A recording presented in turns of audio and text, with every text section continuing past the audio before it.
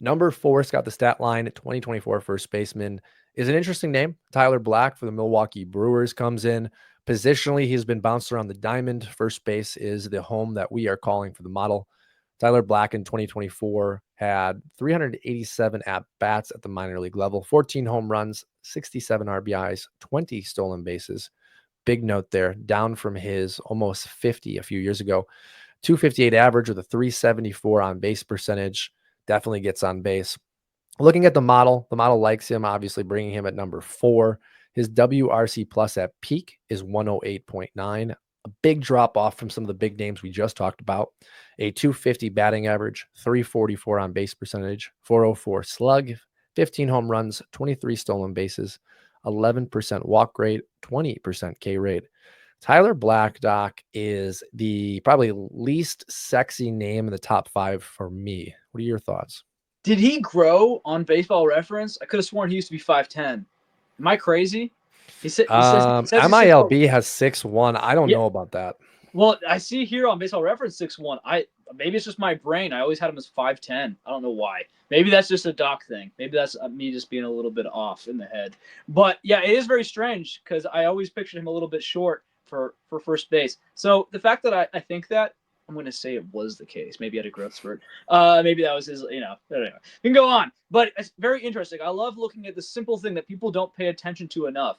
How many games is an organization playing a prospect at? Like in terms of what position are they playing him at?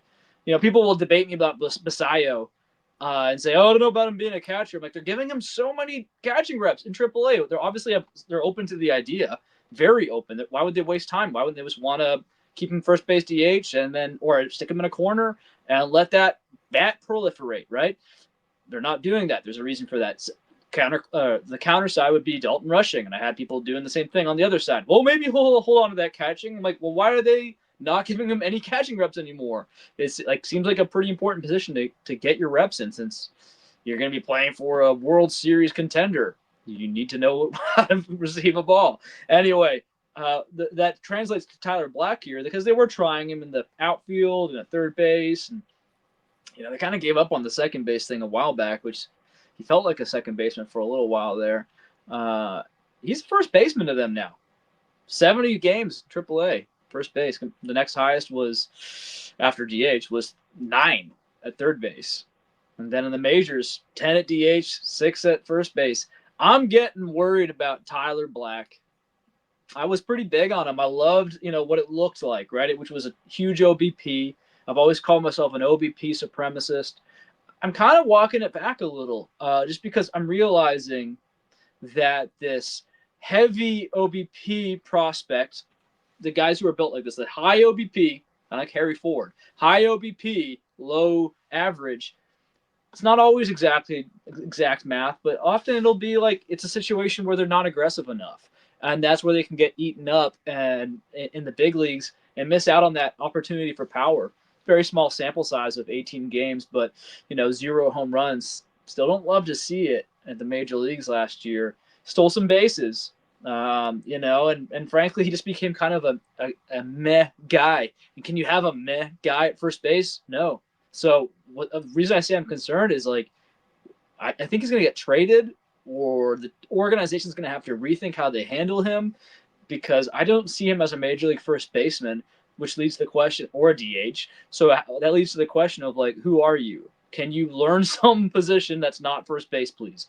And if he can't do that, I'm not sure if he has a major league career, which is really a shame, because I see the potential for a really interesting fantasy player here, a guy who can give you 20 plus stolen bases, and he does have some pop in there. That could probably give you 10 to 15 home runs, but you can't have 10 to 15 home runs at first base or a corner outfield spot.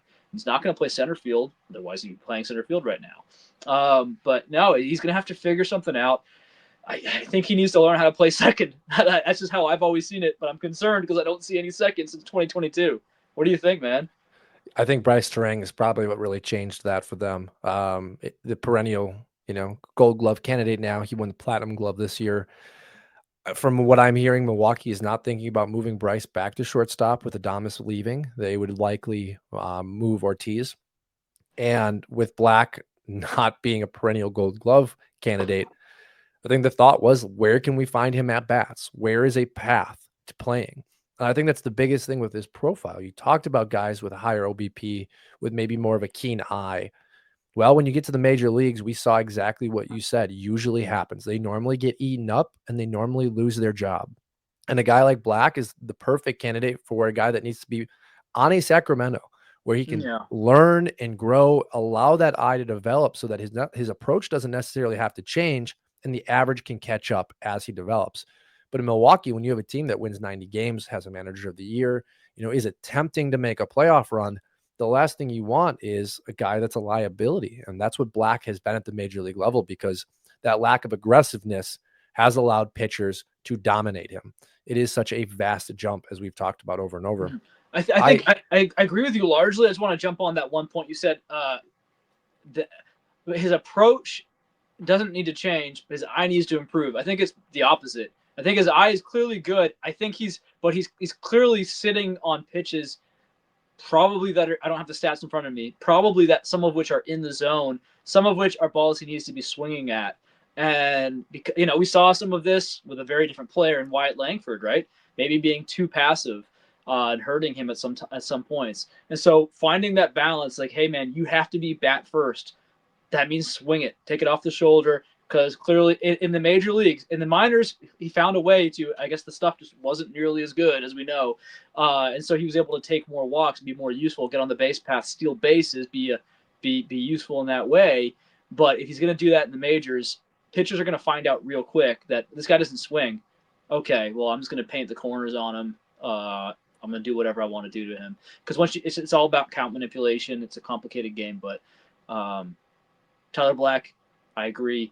If he's a really awkward situation right now, he needs to go to Sacramento, somewhere like there where he can maybe platoon, maybe he can just get his reps in slowly but surely at a different position. Well, and I want your thought on this, because that's always my biggest question with the OBP guys in the minor leagues. To your point of, like, the approach doesn't need to change, the eye needs to change. I think it's player to player. I am in agreement with you actually on Black of, you're right. The approach probably needs to change, because he clearly has a philosophy that's working at the minors and is not working at the majors. But I guess what I'm getting to here is I have a difficulty judging the OBP guys who can make it and who can't. Because again, you talked, stuff is a vast difference between minor league baseball and major league baseball. Some of these guys just will never be good enough at the major league level to actually truly change their approach and be successful. And those are hard to identify in minor league baseball when we're talking about prospects. I mean, Black will be 25 years old in July. He's no spring chicken anymore. So the question will start to become, as opposed to, well, is it an approach that needs to change, or can he even catch up with the ball in the outside corner? And if you don't get the reps, how are we ever supposed to know? So my question for you is, how do you go about deciding in a dynasty format which OBP guys you can trust and which guys you can't? Yeah, I would say I'm looking at Black's line even more. I'm wondering if something was wrong with him physically, maybe, because if you look at his AAA numbers, 2023, he had 310 batting average, and although a smaller sample size, and then last year was 258 in the minors. So that was your warning sign, right? The red flag that maybe this is not going to be a smooth transition to Major League Baseball. Typically, now Black's a weird guy because he's flashed some decent batting average. Again, you can dig into the details here a bit more with more advanced metrics. But frankly, with the minor league guys, those usually aren't available to the same extent, A. And B, batting average remains underrated. It's gone from like overrated to underrated real quick. And so I would say, just as a baseline, if you're seeing these guys who are 400 with a sub 270 batting average in the minor leagues, kind of look out for that. Look out for that, because again, expect to lose like a certain amount of batting average points if they're promoted today, right? If they're promoted today. So you see a guy who's like batting 330 in the minors, that's probably not going to translate to the majors. But you see a guy who's doing 258 in the minors, it's like, dude, like, as much as batting average ain't everything, it's not likely to increase in the majors. And it didn't. It went down to 204. Which is that's Mendoza area. That's that territory. So Tyler Black is, I can't. I will also just say as another way of like preventing this kind of situation in your dynasty team, look for a guy who can play defense. We don't think about it enough, but if they have defense like Anthony Volpe, they're going to give him time. They're going to let him play it out. They're going to let him develop at the major league level. That's really important if you get if you like guys playing for your team or not playing for your team, right? And the other thing would be big power or some kind of defining trait.